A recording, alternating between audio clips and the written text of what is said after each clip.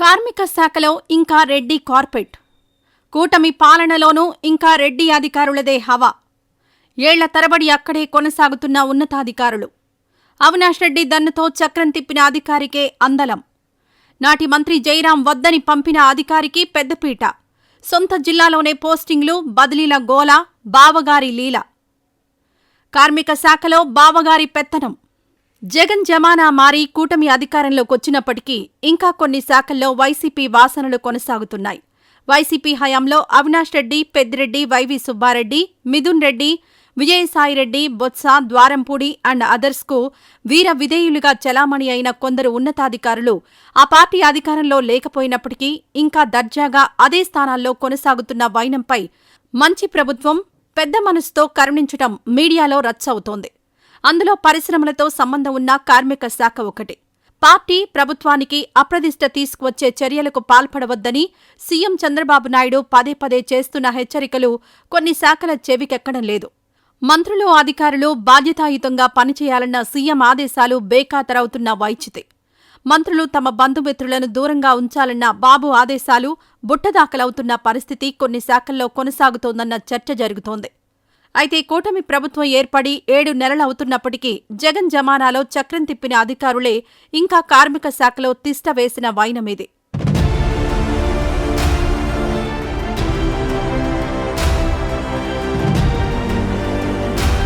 కూటమి అధికారంలోకొచ్చినప్పటికీ ఇంకా పాత వాసనలు పోని శాఖల్లో కార్మిక శాఖ ఒకటన్న విమర్శలు వినిపిస్తున్నాయి.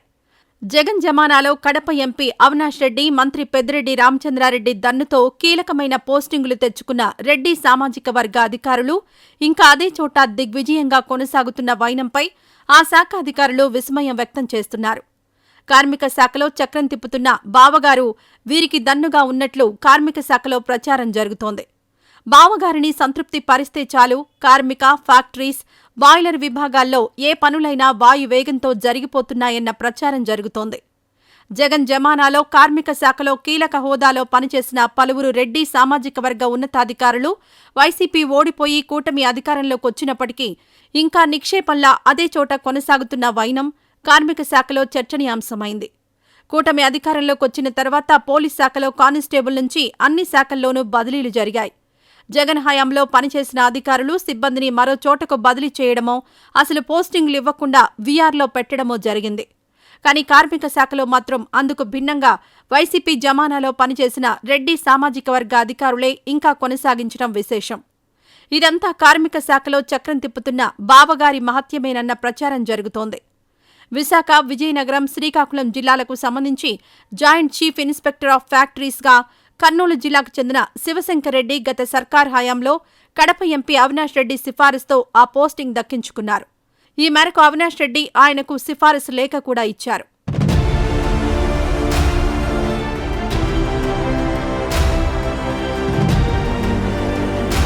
అనారోగ్య కారణాలు చూపించి ఆయన తాను కోరుకున్న చోటకు బదిలీ చేయించుకున్నారు. ఎంపీ అవినాష్ రెడ్డి దన్ను ఉన్నందున సహజంగా ఆయన హవా గురించి ప్రత్యేకించి చెప్పాల్సిన పనిలేదని ఆ శాఖ అధికారులు వ్యాఖ్యానిస్తున్నారు. అయితే కూటమి అధికారంలోకొచ్చినప్పటికీ ఇంకా ఆయనను అక్కడే కొనసాగించడం విశేషం. ఇక గుంటూరు, ఎన్టీఆర్, కృష్ణా జిల్లాకు సంబంధించి డిప్యూటీ చీఫ్ ఇన్స్పెక్టర్ ఆఫ్ ఫ్యాక్టరీస్గా కర్నూలు జిల్లాకు చెందిన శివకుమార్ రెడ్డి 4 ఏళ్ల క్రితం ఆ జిల్లాలో చేరారు. ఆయన వైసీపీ కార్యక్రమాల్లో చురుకుగా వ్యవహరించేవారు. దానికి సంబంధించి ఆయన పాల్గొన్న ఫోటో ఒకటి అప్పట్లో సోషల్ మీడియాలో వైరల్ అయిన విషయం తెలిసిందే. విచిత్రంగా ఆయన కోసం శ్రీకాకుళంకు చెందిన ఒక బీసీ అధికారిని సస్పెండ్ చేశారట. ఆయన స్థానంలో రెడ్డిగారిని నియమించిన వైసీపీ సర్కార్పై సస్పెండ్ అయిన బీసీ అధికారి హైకోర్టుకు వెళ్లి తన సస్పెన్షన్ను సవాల్ చేసి పోస్టింగ్ తెచ్చుకోవాల్సి వచ్చిందని కార్మిక శాఖ వర్గాలు గుర్తు చేశాయి.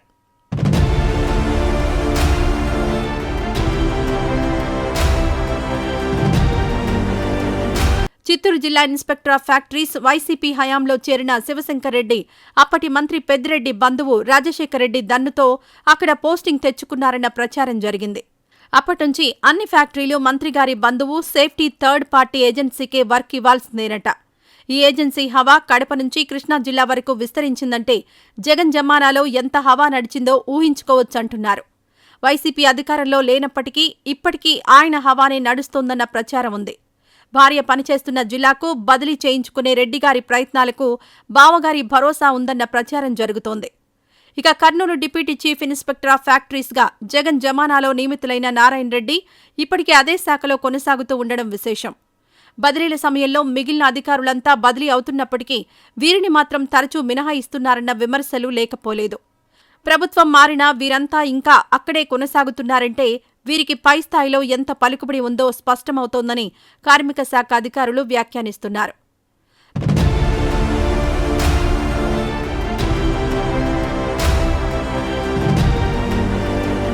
ప్రధానంగా బావగారి అండదండలు ఏ స్థాయిలో ఉన్నాయో అర్థమవుతోందంటున్నారు.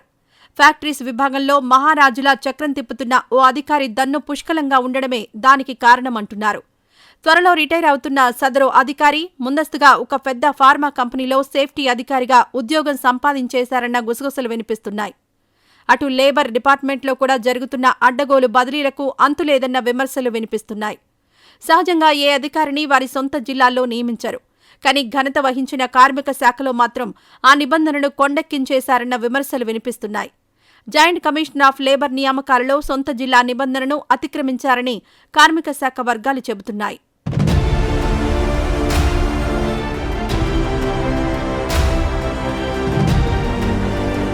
విజయనగరం జిల్లాకు చెందిన ఓ అధికారికి విశాఖ, విజయనగరం, శ్రీకాకుళం జిల్లాలు, ఉమ్మడి గుంటూరు జిల్లాకు చెందిన అధికారిని అదే జిల్లాలో కర్నూలు జిల్లాకు చెందిన ఓ అధికారికి అక్కడి 3 జిల్లాల బాధ్యతలు అప్పగించారట.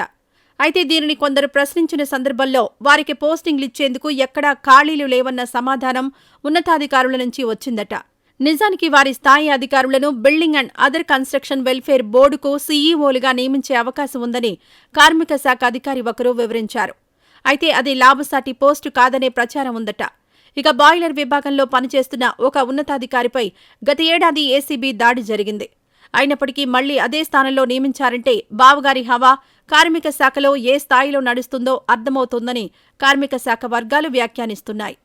ఈ వీడియో నచ్చితే లైక్ చేయండి. అలాగే మా ఛానల్ ని ఫస్ట్ టైం కనుక చూస్తున్నట్టయితే ఇప్పుడే సబ్స్క్రైబ్ చేసుకుని పక్కనే ఉన్న గంట సింబల్ ని యాక్టివేట్ చేసుకోండి. అప్పుడే మేము పెట్టే ప్రతి వీడియో మీకు నోటిఫికేషన్ గా వస్తుంది. అలాగే ఈ వీడియో పూర్తిగా చూసినందుకు ధన్యవాదాలు.